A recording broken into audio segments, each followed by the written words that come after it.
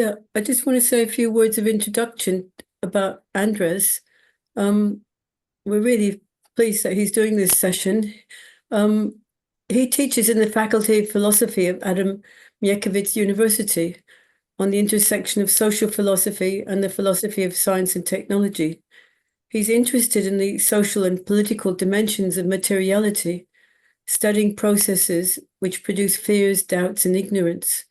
He tries to combine the ontological sensibility of post-humanism with the Promethean promise of modernity and the Enlightenment. Last year, Kirill Potapov and myself, with Andres, edited 100 Years of Eval Ilyenkov, a special issue of Studies in Eastern European Thought, which commemorated the centenary of Ilyenkov. Okay, maybe I will start to share the screen. I am not very used to the Zoom because we are in our university. We are serfs of the Microsoft. In the techno-feudalism, you have a different baronies, and we are in the barony of Microsoft in our university. But okay, it works. It works. Yes. Okay, and the title is quite general, and my talk is a little bit general.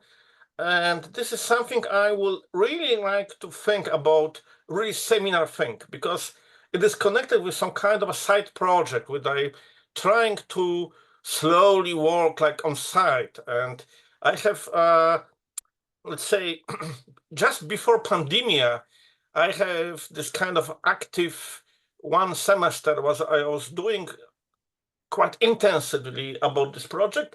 And then because of pandemia, this project for a few years were somehow neglected, and now I'm going back to it.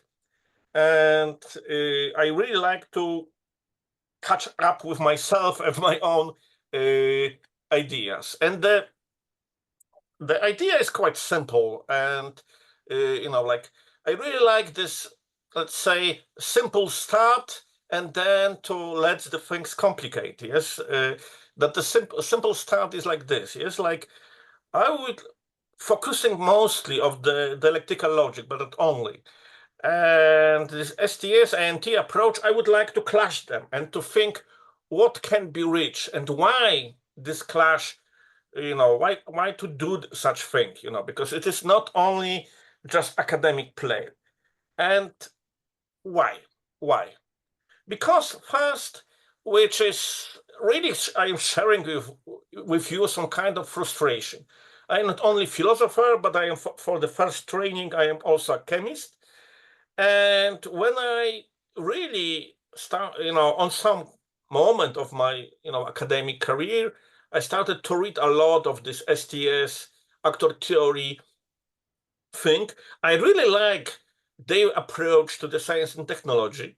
Because when I started to study philosophy, and I used to be a chemist, I really was not able to find myself in home with the philosophy of science. As a practitioner, as a chemist, I really don't understand what the philosophy of science talking about. As a chemist, I never do this kind of abstract thing. The philosophy of science was talking that we scientists are doing. And then having a lot of this empirical description about this, how the laboratories is working was kind of a seducing for me. Of course, at the same time, I, as a person who always have this kind of Marxian somehow background and sympathies and so on, of course, from the first I was skeptical about some dimension of the STS, Latour, and so on. But still, this is this beginning. And of course, and then when I really, look at what we are in this kind of academic meals producing, what is popular, what is, what my students are reading, that I somehow realized that the matter was stolen from us. Yes? When I use the word us, I mean kind of Marxist camp, let's say, general. Yes, that when I read my students, they will say Barat, they will say Latour, they will say other this fancy names and they will associate this with matter, yes? And let's say Ilyenkov will be not the first choice for them to talk about materiality, yes?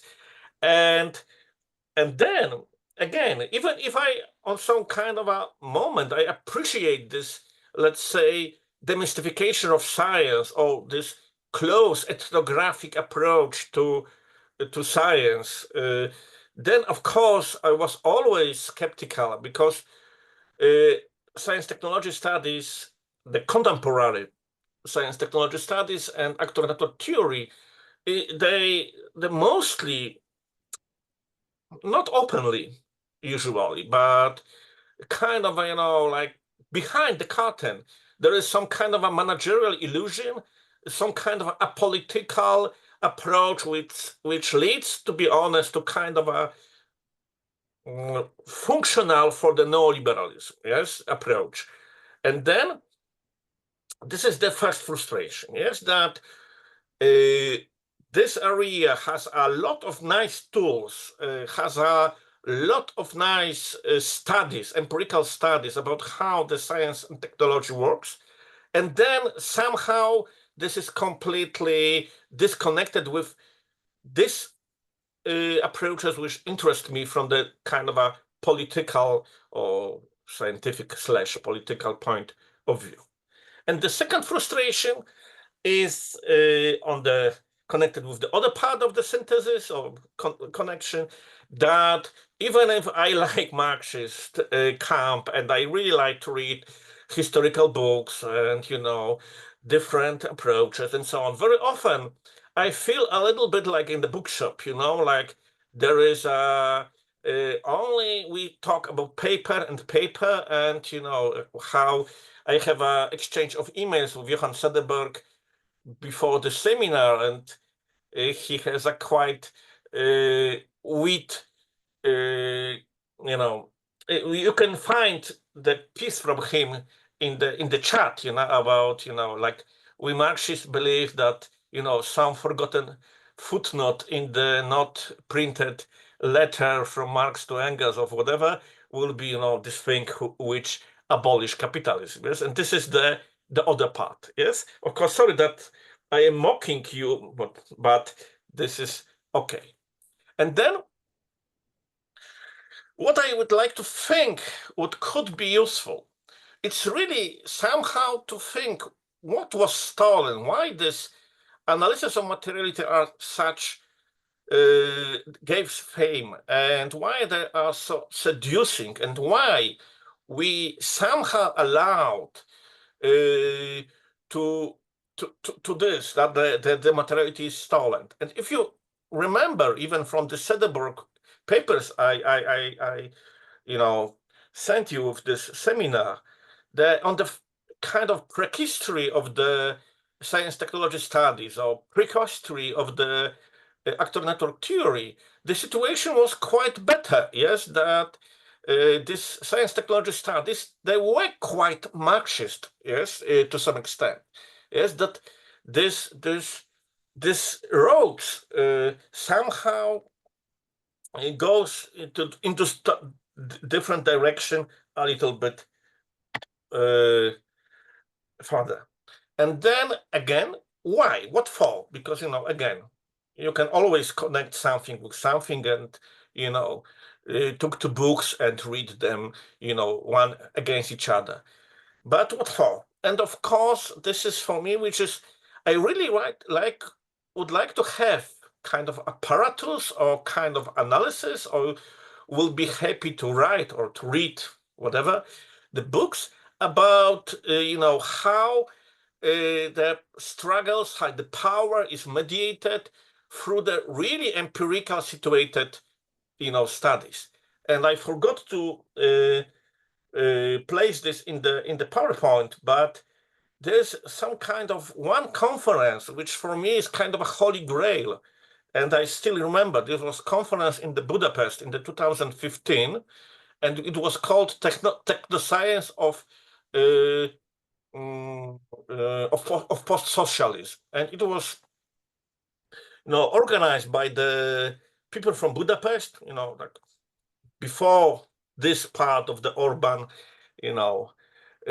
Budapest, Hungary, and it was series of studies, mostly about the science and technology in the what used to be Eastern Bloc, and they were really they grasped from both.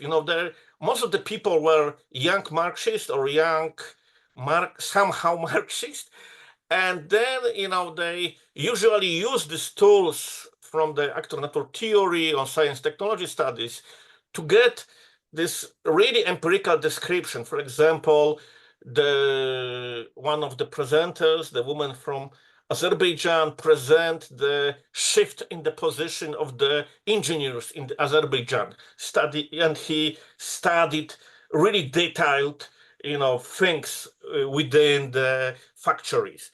The other study was about the East German nuclear plant and how the knowledge from the let's say DDR time was transferred through the time and how somehow became useful now in the capitalist society. And of course it was also connected with quite nice analysis of this material aspect of things. Yes, and this is what for. And I did some kind of a really few stuff. I did one article in English. This is also have a Polish version, which is better in longer, but I have to struggle with the English, editors because they didn't catch up exactly what we have here, what kind of relation with the Catholic Church in Poland we have.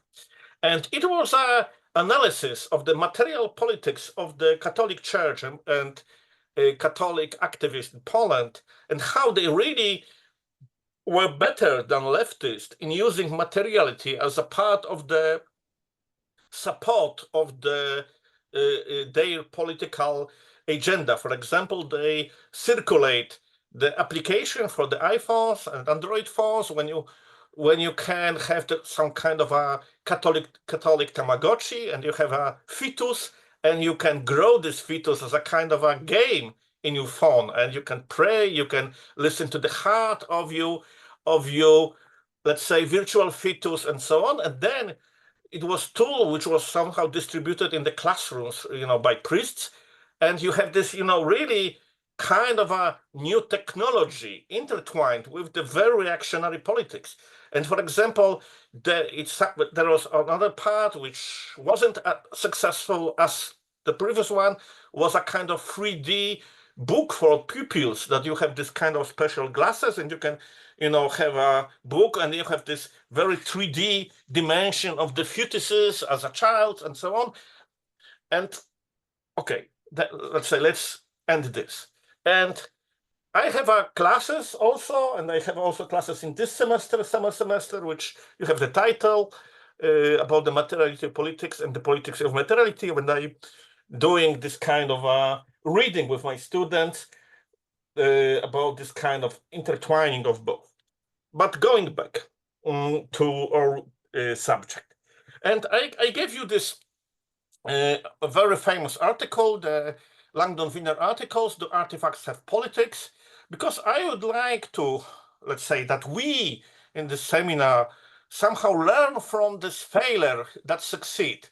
Because, we know that the Langdon Winner paper is very popular, yes? Like from the yesterday, we have in the Google Scholar 7,019 quotation, which is really enormous.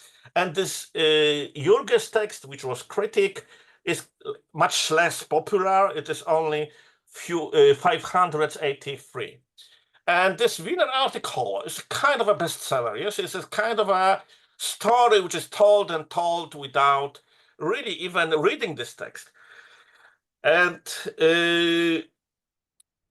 I would like to, and this is important text because this is text which was written as a kind of a discussion, internal discussion with the STS community or actor network community in the quite beginning, and really I agree with the purpose which was behind this text, yes, and the direction in which Langdon Winner would like to think the science technology should be, following, but it doesn't happen, that this Langdon Winner approach, it doesn't have a lot of, let's say, followers in this case. And why this failure?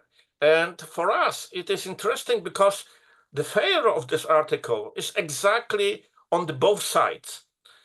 It means that this article, if you remember or not, there is a few examples how the Wiener is thinking that the artifacts have some kind of embedded politics, which is enacted, by these artifacts or objects. And we have a tomato harvester in the California, which is quite, let's say, Marxist example because it's connected with the workforce and such themes. But the most popular part of this text, which started to be somehow, consuming all text, is this example about this supposed to be racist bridges in the New York. Yes, that they were designed in such way that they were too low to allow buses to go through. Yes, it means that inside the architecture, because of the evil architects, Moses, we have some kind of a racial politics, embedded in this materiality and then reproduced and enacted by it. And of course, as maybe if you read this Jürgen's article, you know that this story is a little bit more complicated, and these bridges, okay, that this is not so simple, and this is a little like a gossip or a little bit like a urban legend, and this story is much more complicated on the empirical level. And this is the first part, that learning from the Langdon Winner article, we could, for example, have a PhD student who will do PhD, going exactly, with the ethnographic approach to the New York, and doing the work or job which was not done by the Winner, like measuring the bricks, going to the archives, tracing if really Moses has this racist input, and so on, so on, so on.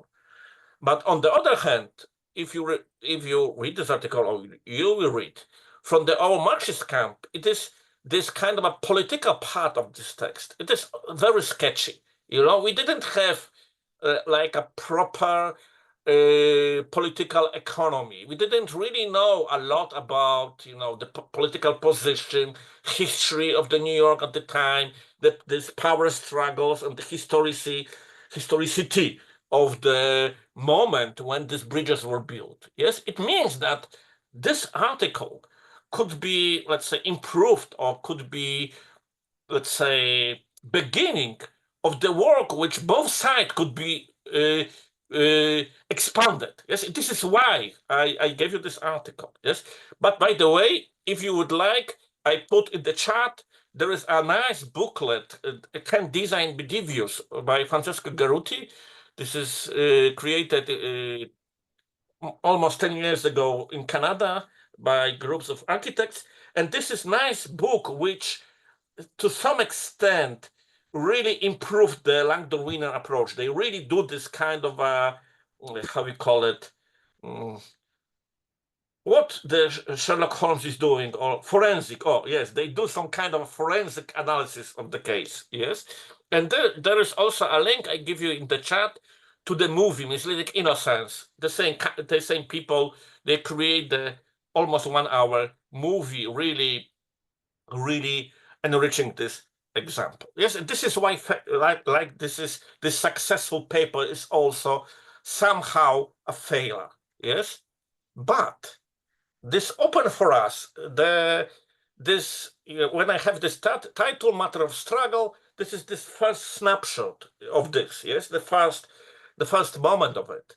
Yes, that that this is the first question, yes, how to do this situated political, the analysis of this situated political struggles about, use, definition, framing of both politics and the materiality. Yes, this question about agency and artifacts and so on. And of course, we we know when we, okay, maybe this, because I would go to the, and then you have a very long quotation from the Bruno Latour, but we don't have to read it. But even this Bruno Latour has a kind of a problem with this approach. Yes, his approach is complicated because, he himself was trying to distance himself from the Marxist camp, saying this politely, saying less politely. He was quite a reactionary guy, and he was anti-dialectic and anti-Marxian, at least. If you would like to be polite, you can say that he was dialectical, but let's say he was anti-dialectical. But even, okay, if you would like to think about why this kind of analysis are important, why I'm so, interested in this such direction. For example, there is a very nice lecture of the Catherine Liu, why postmodernism is a huge intellectual step back. It is on YouTube, and this is analysis of the failing of the sorry, maybe some American guys will help me to pronounce this because I always have a problem with this. And this is a case which could be, let's say, never, it could be so rich case to such analysis, like you have a racial politics, you have a, class struggles, you have a changing in the US economy, you have a birth of the neoliberal postmodern alliances. Yes, the destruction of the pro-at-go was this kind of a, let's say, for the postmodern architecture. It was a symbol. Yes, it was like, yes, the evil modernism is ending. Yes, and now we have this postmodern paradise. And then, but why is it important for us? Because, I am from Eastern Europe. We are living in the reality which looks like pro-at-go. And then I see that some critics from the materialist, let's say this kind of STS, actor network theory camp, are right. Because to some extent, this discussion about agency of object, agency of actors, are somehow it was overlooked. And we know when we are readers of Ilyenkov that this is not the object which has agency. Yes, it is whole dialectical process of intertwining of this historical, social, human factors which are developed and so on, so on. We know, we are following Hegel, we know it, yes? But still, this kind of analysis help us to think about this real, let's say, possibility of the setup of the kind of ethnographic approach, to have this kind of a, what the kind of a politics is involved in the block of flats. For example, yes, when this pro-at-go was declining because of the racial and neoliberal policies or pre-neoliberal policies, the people there, the Afro-American citizens, are trying to organize. But it happened that this block of flats, because of their materiality, they were too big to allow people to self-govern. Because, the small self-governed neighbor communities were not strong enough to be able to, manage and struggle. And this is something which I think we somehow very often overlook in our, on our side. But of course, what the actor network side is overlooking, that this is not the block of flats which has agency. Yes, no, this is this historical, social, process which somehow is embedded and reenactment by this block of flat. Okay, so nice picture from the Eastern Europe, sorry, but I cannot resist to have this pose. And the capture number or shot, the capture number or snapshot number 2. Then this is like meta-theoretical, let's say, in nature, yes? Like, it is about what I started my talk, yes? Who has dominant voice about materiality and why, and what are the consequences, yes? And this is my a little mocking, subjective completely thesis, that we somehow, yes, allowed the matter to be stolen, yes, from us, and why it happened, yes? And with some exception, and this is my real kind of a love. I really love the Engels article, The History of the Rifle. Do you read this article? Who read this article? This is long, 3 pages article about the history of the rifles, about the muzzles. This is a really detailed story about how evolution of the rifle, about parts of the rifles were connected with the different approaches to the military, to the different approaches to the training of soldiers. And this is like, to be honest, this is like brilliant pre-STS paper, you know, it's very detailed, very empirical, but with this whole Engelsian, let's say, philosophical stuff behind, yes? And this is like, this is exactly the exception, or this is the moment when I think we could learn how to follow Engels, this, let's say, piece of Engels' writing. If you would like to have a nice introduction to this paper, there is a Matt Scheffer, Rifle Theory, Engels and the History of Technology paper. It's really brilliant. And I just give you 2 quotes from this. First, the theory, yes, the Engels theory of technology can be summarized in the following way. Technology takes shape through the ensemble of design and uses. Its development is determined by joint maximization problems. In dialectical of quantity and quality, technological system tend over time from the simplicity to the complexity and back to simplicity again. The transformation of the technical object is conditioned by the anticipated effects of the prior innovation, yet the sequence of the technological forms of historically contingent, not given necessary in advance. And then when you follow Engels and this article, you know, it has Marxian, this our Engelsian Marxian political philosophical dimension. And at the same time, it's really, you know, survives, let's say, time. And it's really, you can use this on the class with the students in the science technology science class, and will be still useful paper. And that will be still useful paper about technology.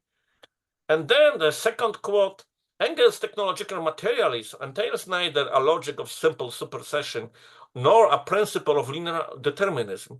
It is not that technologies are always constrained by social relation. Rather, every technology is itself a site of social relationality.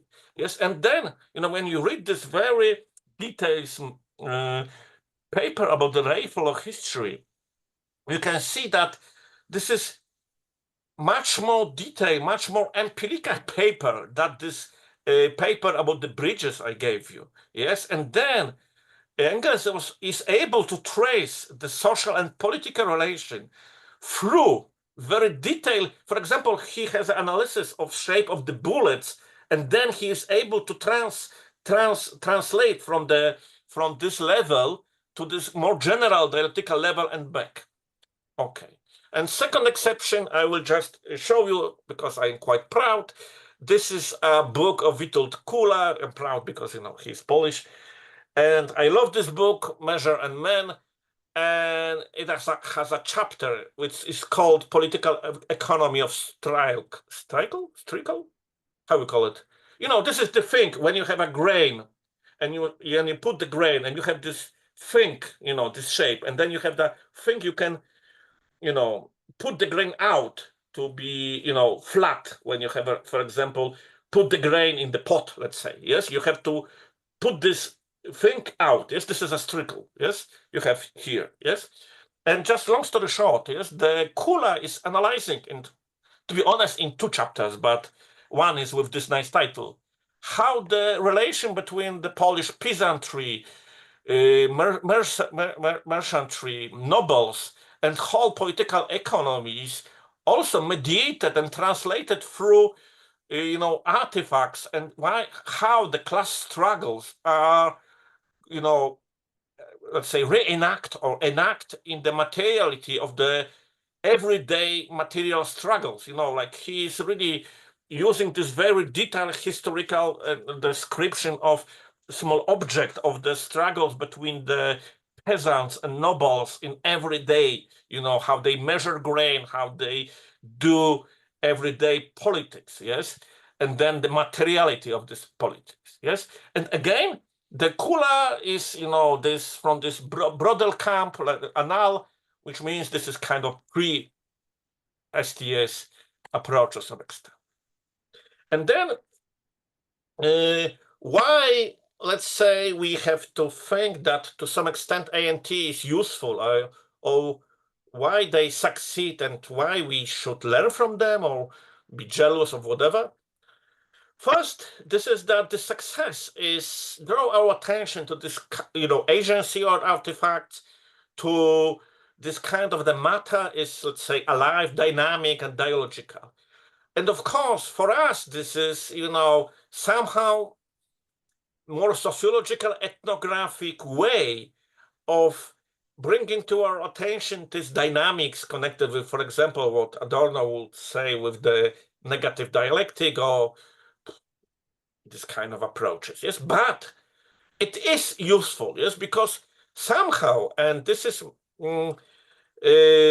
quite interesting, even if the actor nature theory for me is quite reactionary and anti-dialectic, but this focus of the everyday agency of objects for me is somehow a cure from the idealistic bias, because it keeps me thinking not about this, political agency, historical, political agency. I was somehow driven above, but, above this everyday struggles with the materiality and how to create this new configuration. Okay. And then this is just a few pages.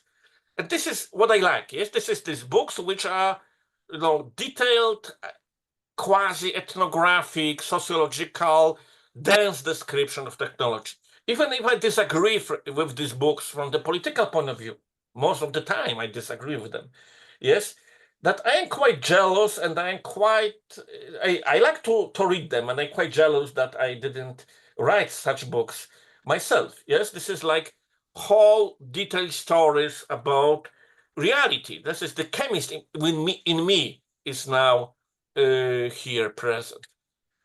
But what is the cost? And the cost is quite obvious. And for those of you who go through this Johann Sederberg text, you can see, yes, that first, this is neoliberal and technocratic seduction. Second, this is this being kind of a spell of this multiplicity. Yes, the Johann very nice put this, showed this STS actor nature theory as a post-structuralist Althusser camp. Yes, with the whole problems with this approach. Yes, and then even more when we read Latour, yes, we have this kind of open anti-modernist, anti-Marxist bias in this approach, yes, and then this is a capture 3 and the last. But when we would like to think about such even sketchy synthesis, but I don't like the word synthesis here.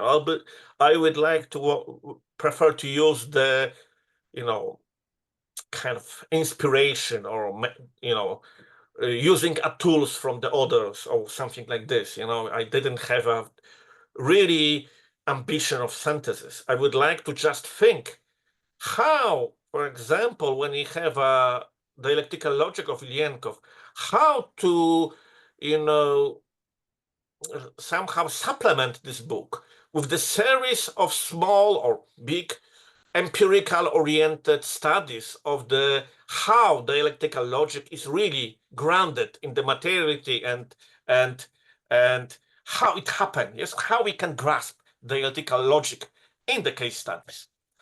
Okay, I think we will have to skip this because there is a time. And then from the philosophical point of view, I think for us, I think interesting is, for me, I really love this part, even if I disagree. This is a short, let's say, book, because this is a part of this book, Pasteurization of France, called Irreduction. In English translation, they skip some, they change the title and they skip this, that we didn't see that this is 2 books in one. And just for the, I somehow analyzed this quite detailed in my book, Ontological Imagination, but this is in Polish. It means that, you know, I can send you PDF and then you can use the DeepL if you would like. And then you have this, what is good and bad in the actor network theory. And this is just a few points from this irreduction. When you see here, yes, you can see this kind of a claim about irreduction, yes, that you have to study the reality, how it's appear, how is, you know, appears, how is non-reducted. And our, I think, when we have this dialectical apparatus in our heads, we can really see that this is somehow kind of a claim or somehow kind of a way to be anti-Hegelian, or just to think how to stop the Hegelian dialectical apparatus and to see the reality, you know, with this emphasis of the difference or multiplicity and the other fancy words. But then, when you think like this, yes, when you go to this Latour, okay, maybe this, or maybe go back. Then we can ask why we should stop here. Yes, why we should stop here? Why we just, maybe we can learn from Latour that maybe it's worthy to remember that when we observe the dialectical process, it's nice to remember that it's something fruitful will be when we stopped at the moment and looked about this kind of dialectic moments before we get this Aufhebung moment. Yes, this is a little bit like reading Adorno before the Hegel, or reading and then, you know, like there's the colleagues of mine in Poland write a book, you know, it was his PhD, that, you know, we're supposed to read Adorno as a guy who is, you know, write this book before the Hegel write its own, you know, like not after the Hegel, yes? And what is the real problem for us? And what was really nice explained by the Johann, it is the problem of the symmetry principle, which is a kind of a key thing for the science technology studies actor network theory. And the more problem is that very often the posthumanism, the new materialism, and interpreted this thing ontologically, you know, that they claim that the humans and humans should be, you know, somehow melt together, there's no difference, and so on and so on. But when you go, just looking at the watch, but when you think that there is no really reason to do this, because you can think only about this as a kind of methodological trick, that yes, as a proper ethnographer, you should not assume about reality. You should wait what happened when the people start to speak, and then you create this kind of dense report about this. Yes, but there is no reason to be symmetrical after research. Yes, for example, when I think about, I don't know, relation between people, technology, and economy, first I will look in this Latourian model that everything is equal. The benches, in the park, the people, the homeless people, the economic forces, and so on. But at the end, there's let's say, claim that everything is equal will be stupid, because when you have a detailed, you know, studies, then you will have a, let's say, result that there is no symmetry at the end. And this is the the most problem with this STS camp, yes, okay. Maybe I have skipped this because I have nice thing about a game of Go, but maybe in discussion. Yes, that we can learn from INT-STS, not only this empirical, took from them empirical tools, but we could synthesize us for this kind of a posing, like a dialectical apparatus. I don't know, we can use this in English, posing, like to making a pose. It is okay? Okay.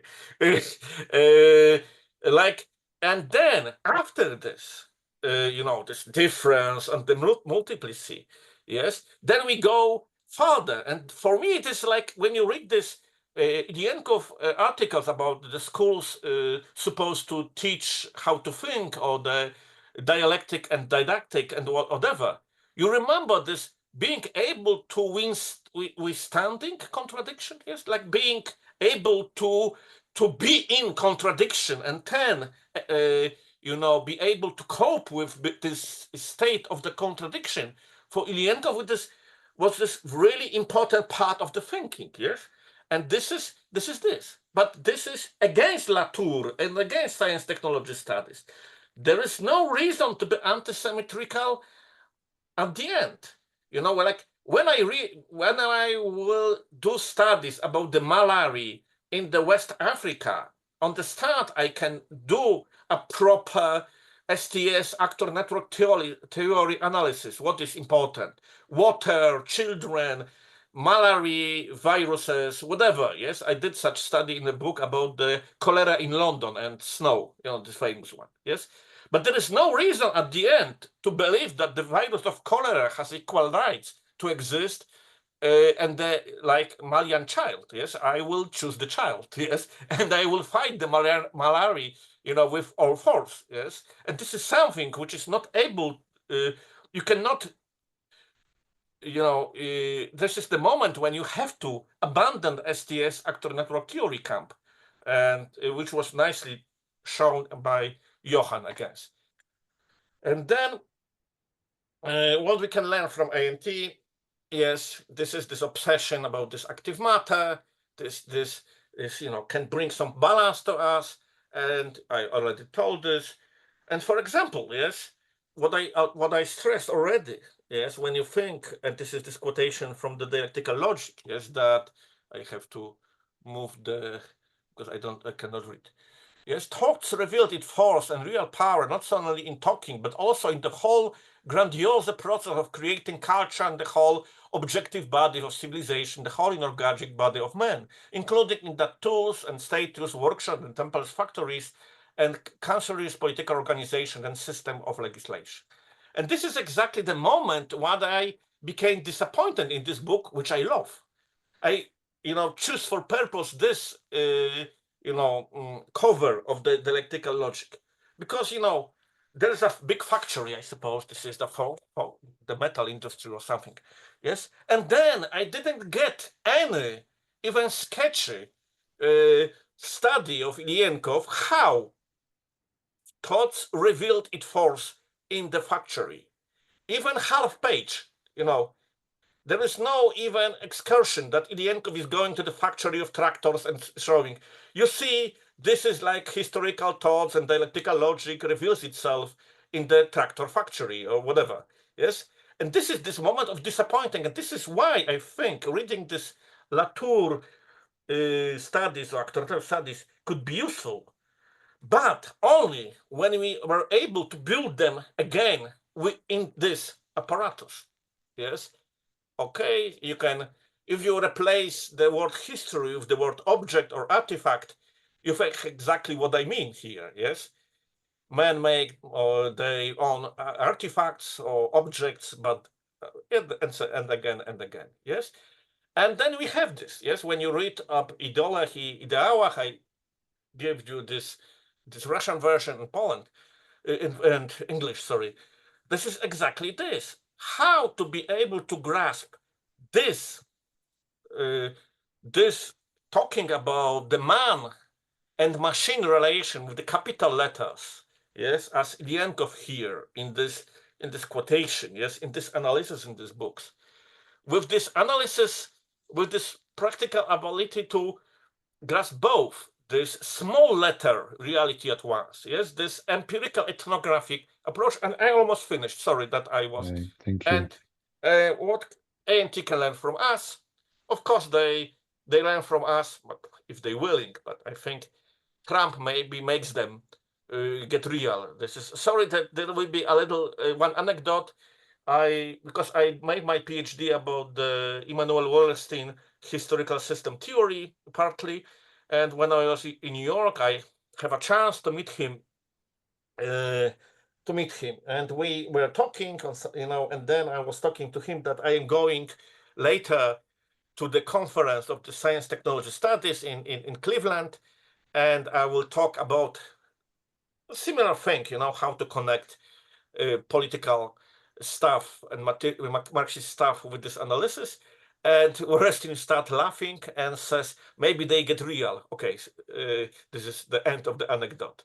Yes, and this is what they can maybe learn, yes, for us. Okay. Okay, maybe the end. And what is the use of such, let's say, discussion or whatever I said? And this is the last slide, I think. Yes, even ANT is dialectical, at least, or even anti-dialectical. Yes, that we have this two things we can learn. Yes, being synthesized to this, practical. And this is exactly, I'm pointing here virtually at Kirill. This is what, when you think about action, approach, action theory approach, and and activism, and what we can learn from this meeting with Vygotsky, Ilyenkov, with this is quite similar, let's say, thing which I have in mind, but in a different field. Yes, and the last one, yes, that really I think we could somehow resteal the tools to capture this empirical philosophy. Yes, being like Engels in this rifle theory paper, and this is the end. And just my favorite Soviet movie. Sorry, a little disconnected, but I like the slide.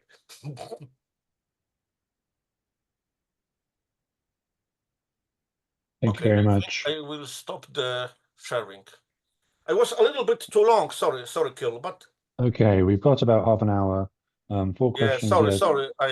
No problem. Thank you for your many I hope I was energetic provocations. enough. Yeah, great. Yeah. So maybe we come back. I don't think that an activism is compatible with actor network theory, but we can return to that a bit later after a few questions or responses from others. Well, I guess just very quickly, if we can, as a first question, for those of us who are less competent in all this, what's an actant? Like, what are some examples of actants? What's Latour saying that's a little bit different from what a traditional scientist might say? Okay, maybe I will answer to the chat, okay? Because I see that Ralph have a question about some kind of clarification. And then, the first I start from this ontography. This is a proposal that was by Michael Lynch, and it was like a radicalization of ethnography. And of course, we have to know that the word ontology is used by this tradition of actor network theory or science technology studies in a very strange way. It is a little outside of our, let's say, how we used to use this word in the philosophy, yes? And of course, it is a little bit like a technical jargon of this approach, and I agree, like it could be unclear out of this camp, let's say. And what Lynch was meaning by this, it was like when you have this kind of empirical studies of laboratories or how the science is done, you can, when you connect description of what the people are doing, what the artifacts, how they are used, what this, this kind of technical material stuff is, involved in the result, and then how it was intertwined with ideas. And when you have this methodological symmetry, let's say, approach, it means that in this, let's say, jargon, that he used the word ontography to stress that you are not doing ethnography. It means that you are talking about the people, habits, beliefs, and this kind of other stuff usually you will do in ethnography. But you also are trying to grasp this agency of materiality and the other stuff. And of course, I agree that outside this, let's say, camp, it's a little problematic. But still, I will somehow, even I hope you realize that I'm quite critical here, yes? If I talk about Latour. But I think we can learn a little bit from this, yes? That even if this language is somehow annoying, but to be honest, it's really synthesized us to this, yes, what exactly is done here and by who, yes? For example, of course, we can always use this humanistic trick that there is a politics, which is politics, and this is this forces, and this is this, capital, which is going through the history and then mediated for the materiality, this is it. But for me, it's interesting how, example, to reach, when you think about, I don't know, experiment in Zagorsk, it does not only theory, they have to figure out, that what the children should use, how you will teach them, what are the obstacles, how, when you have this Ilyenkov story about the spoon and the child which is using the spoon and then how it's developing and so on, yes, this is exactly this, yes, that why the spoon not fork, why, what is happening, this, like, of course, at the end, we have a nice humanistic story, yes, about this few, at least, pupils in Zagos, yes, but then you have a lot of stories that they have to learn to how to create, design reality, to remember about, this, let's say, how to cope with materiality, how to cope with the biology, and so on, yes? And then this is a very Hegelian approach, to be honest. You have to, the subject-object, and then I think even I really treat Latour as a reactionary guy. I think this could be somehow useful, let's say, shower, this kind of a, that maybe when we discount about materiality, maybe we are a little bit idealistic. And then, I think, microserve, I can make sense. Okay, this is a general remark of Ralph. Let's say, okay, we can disagree later. Right. It would be good to have a range of questions. So yeah, if we could keep responses brief, that would be great. We have Lars, and we have a George here with the physical hand. Okay, Lars and George. Okay, so it's me now, right? Oh, Lars, sorry. Yes. When I wrote my dissertation some 20 years ago, I used ANT to analyze how an IT artifact was actually received in the organization that I worked. And I followed that artifact for about 10 years, used all the concepts of ANT, like imbrication, translation, program, anti-program, and actants, etc. And I found that was a very useful tool for analyzing how this IT artifact actually was propagated into the community of the organization. But then, of course, when I learned about Ilyenkov saying some things like that the ideal exists only in man, you have to skip all this symmetry thing about actants and artifacts having intentions and interests and all this stuff, So the idea I got here is that it would be possible to actually combine Ilyenkov and actor network theory if you concentrate on the process of idealization, because I think you could actually describe idealization in actor network terms, you know. And when I look back at my analysis some 20 years back, you know, I could easily, I think, well, not easily, but it would be possible to actually phrase that in idealistic terms, if so to say. You know? So how this artifact actually got idealized into the organization. First, I would like to ask you: do you have this in English also? This Yes, I have that.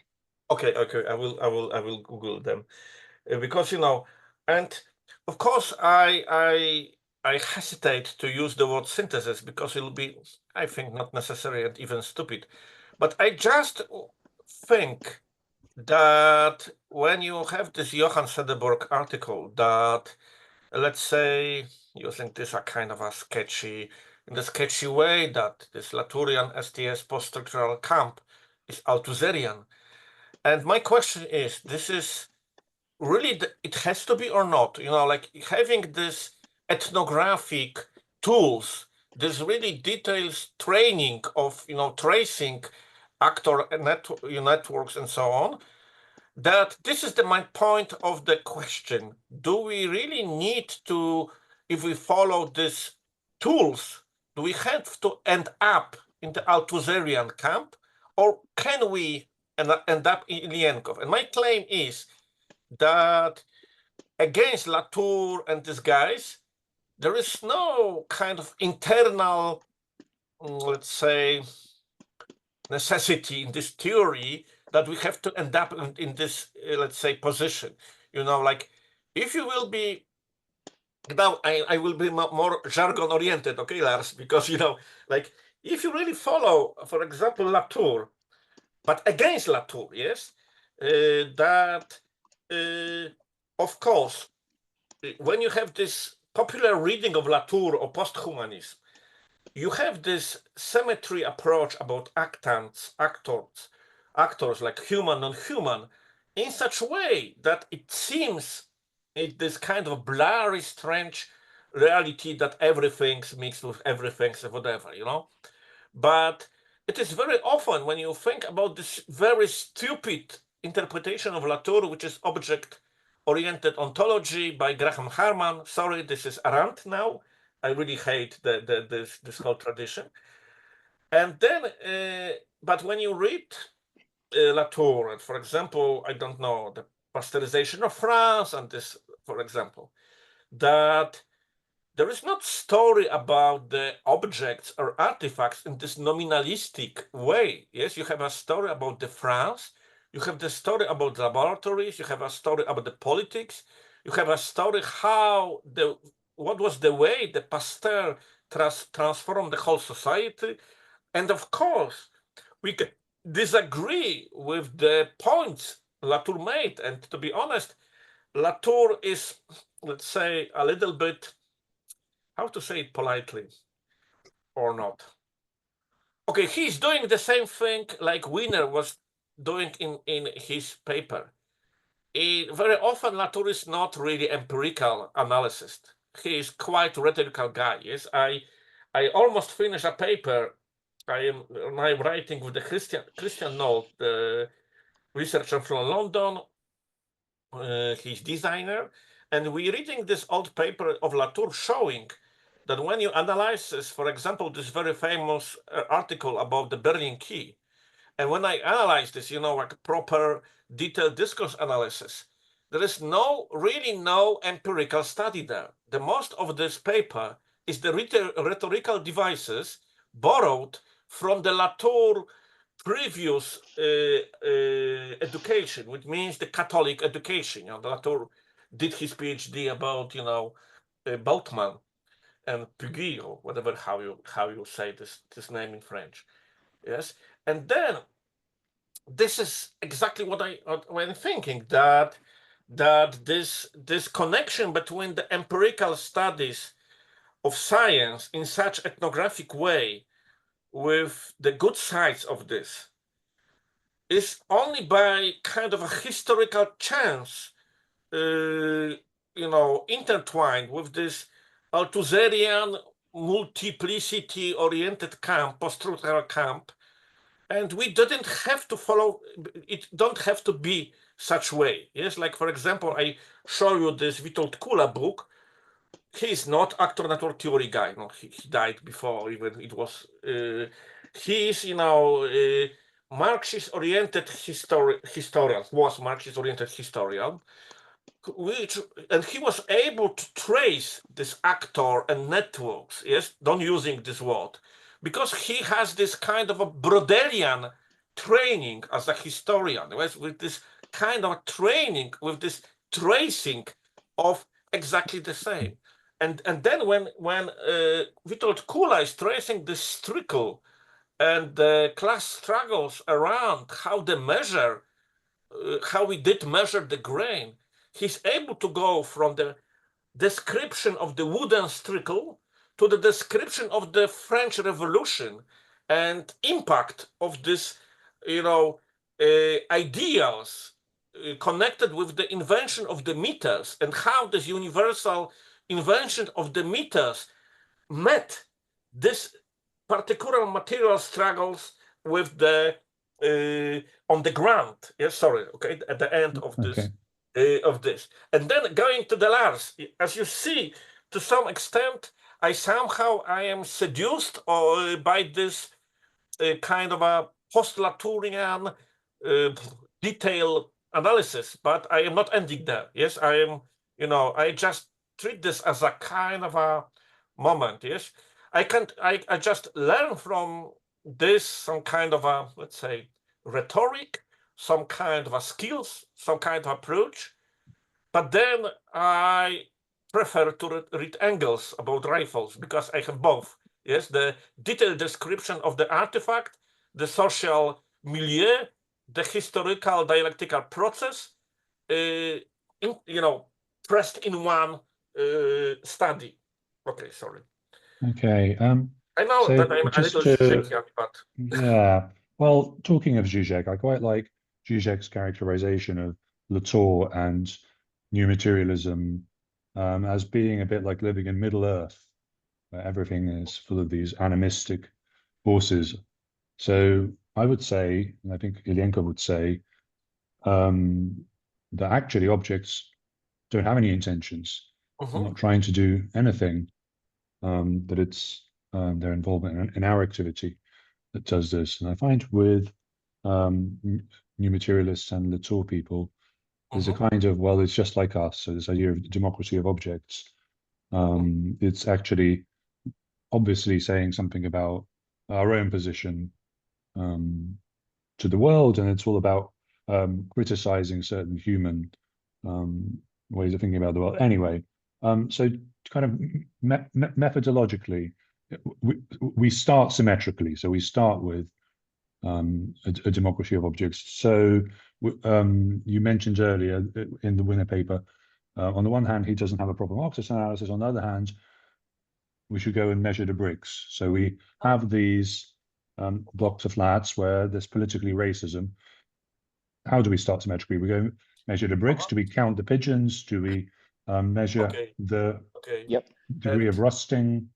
Does that add up to the power? When you use word intention, that's exactly when this kind of a devil is here. Because, I completely agree that this using this word like intention of object by Latour and the camp is annoying, to be honest. Yes, it's somehow annoying.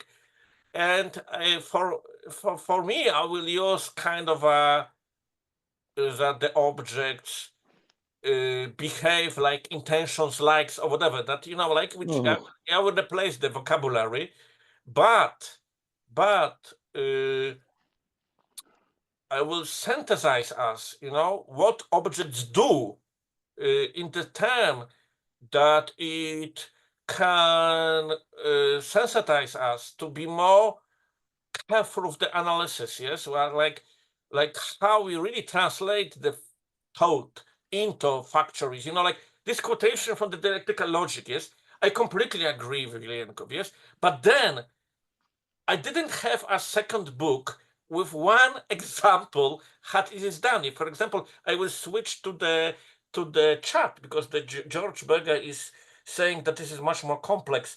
Yeah. Yes, George, I completely agree. I wasn't there, of course, but I did some kind of studies that this is I just use a moment. This is a kind of a level on level of this issue. Like you have like I really like block of flats. In Poland, I very often defend the block of flats against the critics. And then you have a lot of, like you have this kind of, as you know better than me, the funds that this block of flats were not developed as they should. This is Nope, usual it's wrong. stuff. Okay. Okay. Okay, go ahead, George, and then maybe you can come back Is and say the something. mic on? Can you hear me? Yeah, Oh, thanks. 2 points. Number one, about an example for Ilyenkov. That's simply his first book. The Abstract and Concrete book is a worked out example of the notion of capital and circulation and society as a system of systems. So that's, I think, the only answer you can give. He had his head in the clouds, to use a good English expression. And that was an example fit for an academic, not for an active sociologist, put it that way. But the second one about that housing development, I don't see that at all. I mean, I've had 36 years of experience with them, ending yesterday, in fact. And to give you a good example, one person yesterday just blurted out to me and said it's not the housing development that was the problem, it was the social development of social development of the rulers of the community who decided what happens to it. And that was their racism. I'm sorry to say that, but that's exactly what happened. They were saved at the last moment when an Israeli airline plane, not an airline, cargo plane, crashed into 3 of the buildings. And that gave them an excuse, the administration of the city of Amsterdam, to destroy all of those houses and replace them with low-level houses. So it's not, it's a very complicated thing. And hang on, please. And intentions and whatever attributed to buildings really messes things up, clouds the investigation. You're interested in levels of society. But being close to this example. But by the way, how to pronounce the prove-it-go? Prove-it-go? The what? How to pronounce this word? Oh, I don't know that one. The area that I know well was called the Bijlmermeer Lake in Amsterdam. Just the question from the audience, American audience. But yeah, I have no idea. In the case of this prove-it-go, for example, the racist was, let's say, using the Latourian vocabulary, the actor all the time. It was like the main actor there. Like this is why you have to abandon Latour because he will be trying to make a fuss about objects and not about the racism. But then for me it's interesting how some kind of a detailed translation of the political economical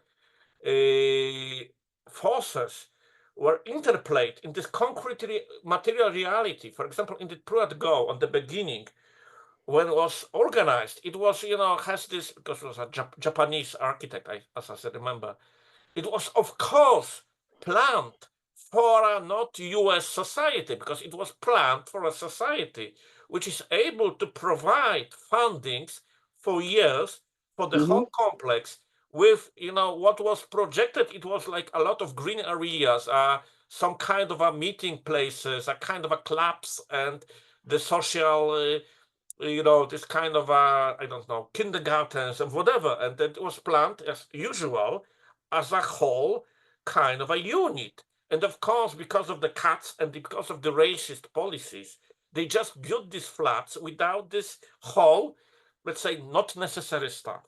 It is even worse, like you have in this kind of a prove-it-go, you have a completely open racist policies, like it was completely I cannot believe it that when the families have this kind of a right to have a place in this, this Afro-American families, it was a kind of a stupid racist idea that when you have a family, the father supposed to be not living in the family, yes, and that only the women with the children is supposed to have the right to live there without the husbands. It's like when you think that it has to be failure when you create the using this building, you create the kind of a racist, completely strange reality. Yes, but then again, I will somehow defend the purpose of the use of this, let's say, detailed social, quite social technology studies approach, because having this racist economical whole stuff, and then there is a moment in this Go case that on some levels, this mostly mothers are trying to be organized, and they did something what we would like to follow. There's really really social movement moment there. And then they have to struggle because the buildings were, constructed with this in mind, that there will be an operating state behind, and then the level of the economy intertwined with the maintaining building will be provided by on the kind of a proper level state. Yes, it was this Japanese architect have this in mind. And then when you have this, you can somehow read this through this materiality, through the level of the high of these buildings. The thing is this, I think it could be also, I am not really good at the English or Scottish social housing, but I think to some extent when I was making an interview with this Scottish guy who wrote the book, Shuggie Bain, about the guy who was raised in the block of flats in Scotland, in the working family, and we talk a lot. And to some extent, it was also kind of repetition that something which was, constructed and works well with this state in mind, then this materiality of this building in the era of Thatcher, started to be a problem also not only on this level of the neoliberal economy, but on this pure level of the materiality, because the people, even if they would like to organize against this neoliberal Thatcher regime or whatever, then again they have to struggle with these huge material buildings with the heatings provided for someone else and so on and so on. And this is what I think that we can sensitize us because, for example, to learn from this, let's say, housing community project.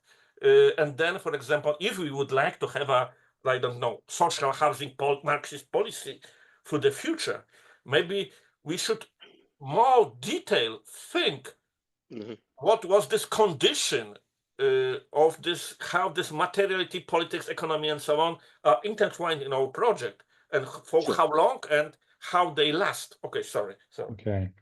So yeah, we've only got about 10 minutes in total remaining.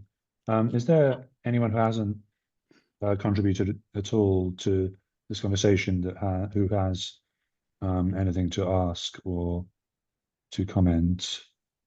Paul Feldman.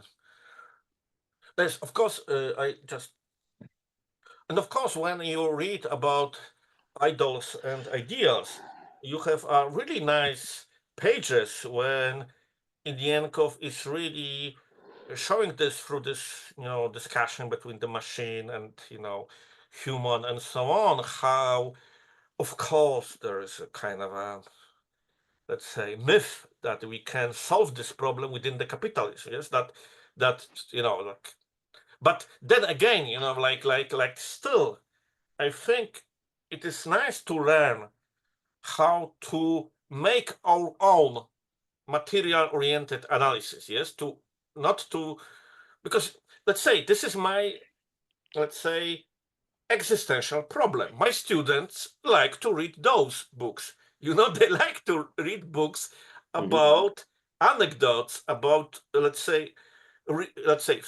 quotation, real, let's say, like stories about materiality. You know, like, sorry, this is like, again, rant.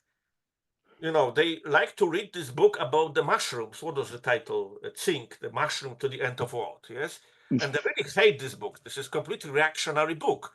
But it inspired them because it is book which is showing that there's part of materiality, which is a mushrooms and transforms the world and is connected with the capitalism and so on and so on.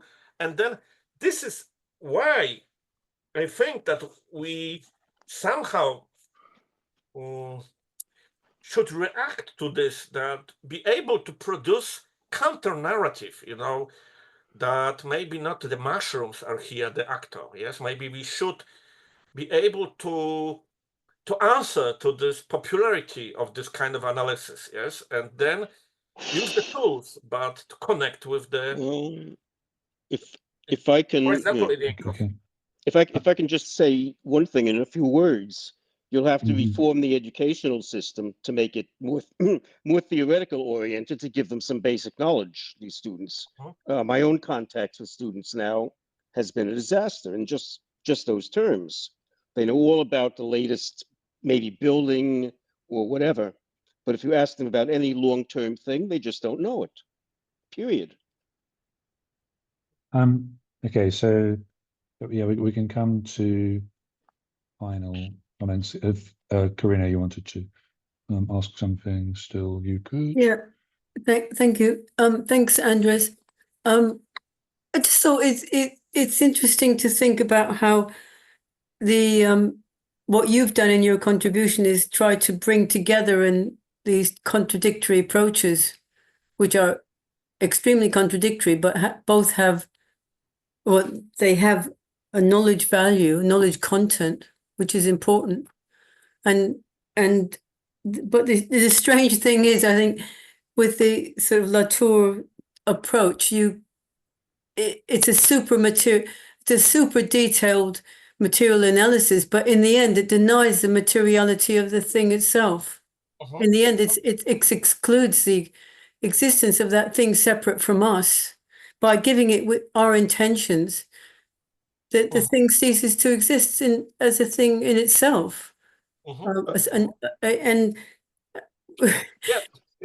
I agree. You know, like, if you think from the philosophical point of view, when you really, it's even more visible, not in Latour, but it is, I think, more visible in this Graham Harman and this so-called object-oriented ontology, that they, let's say, end up with some kind of a pre-Kantian mysticism. You know, like this is, you know, like, from the philosophical point of view, this is completely disappointing. You know, it's like, even if Latour is somehow trying to, let's say,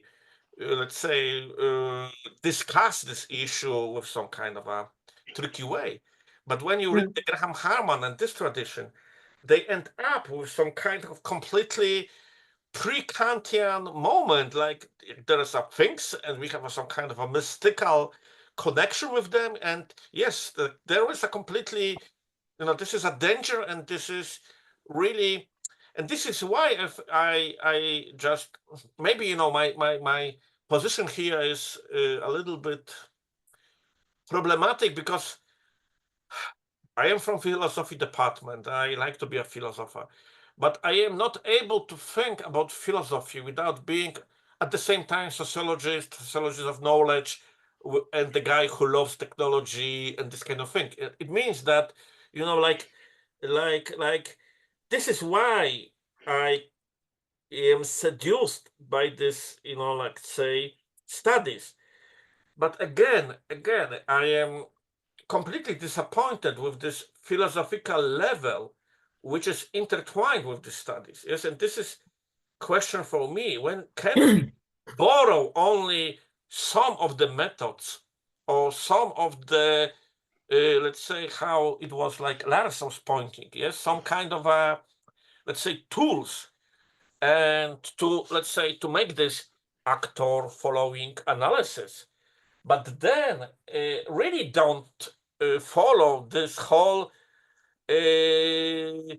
let's say, philosophical apparatus. And of course, this is the question also not only about Latour, because if you go to this Johann Söderberg paper about symmetry, this is something which strikes me, because I really, when I do my stuff about, anti-vaccination movement, about, I don't know, this other controversies, I am really in the camp of the ignorance studies, yes, with the people like, for example, Proctor, which was kind of old STS, let's say, somehow Marxist-oriented camp, yes, before Latour. And even you don't have to go to the ontology, actor network theory. You can be just on the level of the ethnography. And then I have a problem when I did my research about anti-vaccination movement in Poland. And I have a lot of quarrels with the anthropologists, and in Poland and in US also on the conference. Because, part of my studies I did in the manner of the ethnography and the quality sociologist approach. Yes, listening to people, reading their papers or their journals, whatever, their Facebook pages or whatever. And the proper ethnological approach is like this: you are going and trying to let's say, describe reality with this, how these people you are researching are perceiving reality. But then there is a moment I have to go back, further. There is a question about capitalism, about the false consciousness, which is again in the Söderberg paper. And I have to use the word, which was quite completely rejected by some colleagues of me from the anthropology department, to saying, okay, these people are claiming that, for example, vaccination makes the children autistic. And then I have to claim, no, they are wrong. They have a false consciousness. They were misled by the capitalistic, the whole kind of a machinery of spreading the doubts. And this is exactly the same point, yes, that on some level you have to become political, and this is also a tension within the quite, let's say, normal ethnography, yes, between those who are just doing very detailed ethnography, and then the moment when you have to have a stance, yes, if you have a community of people who are burning the witches, you are just make the ethnographic research, what kind of a superstition are involved in this ritual, or you be called old-fashioned Marxist / enlightenment guy to say, no, this is superstition. You have to fight with the priests to allow this pure woman to live. Yes, and this is exactly the same thing on the different level. Sorry. Thanks. Thanks a lot for the interesting discussion. Certainly of great interest to me. I'm working on the design of technology through an Ilyenkovian lens rather than an actor network lens. But yeah, it's great to bring some of these tensions to the fore. But yeah, I think we can start to close there. But those of you who are on our Facebook, we can continue the discussion there. Why do we have a Daniel? Where is the Daniel? Because I see the chat. No, those were just there's a Daniel personal here. Comments. Yeah. Daniel, it is even funny because when Graham Harman was writing this book Tool Being about Heidegger, I was quite intensively exchanged with him emails about Heidegger, and then when I use this rant, it is not like because let's say I don't like him. It is like just I was following how this project develops and how it ends up, in this pre-Kantian position. Yes, and this is just I understand. I'm just I'm ignorant about the specifics of the critique as to what would position him as pre-Kantian. But again, it's just going to chat. But Daniel, Ralph, to some extent, I agree with your harsh comment, because it is annoying. Yes, it is annoying, and this actor network theory has a lot of strange vocabulary, and it is inflated, and it could be, you can show that this is a lot of kind of a, how to say it politely, you can use the word ballooning in the English, like Baloney, yeah. yeah, putting a lot of air, yes, in something which doesn't really need to be such way. But still, for me, it's like kind of a practical, kind of a Gramscian question, because when I was attending to this science technology studies conferences, I organized or co-organized the session, which was called as Science Technology Studies and State. And they were quite unique panels, because we, with colleagues, really address, let's say, kind of a political, sociological issue in this. But of course, it was quite unique camp. But what was impressive, that this conference has like 2,000 people, 2,000 and a half, or 3,000, 2,000, yes, people, yes. And when I was trying to organize this Science of Technology Studies conference in Poland, we organized this with colleagues in Toruń in 2014. We tried to put some kind of a political, semi-peripheral kind of a dimension in it, and we somehow have some kind of panels about, let's say, real material struggles and so on. For example, I have a panel about the struggles about the housing policies in Poland, to use this analysis of materiality to show the real material struggles about the housing, like with anarchist movement and developers and so on, yes. But still, yes, that we have this small camp of the people interested in such analysis. And then we have 2,000 of people with this kind of actor network theory, science technology analysis. And one of the kind of purpose is this, that even if I would say for my purpose it is ballooning, or I will say that I agree with Johann Sedebok, but still my conference or my panel, we have 10 people, a day panels, we have 2,000. And then I am Gramscian guy.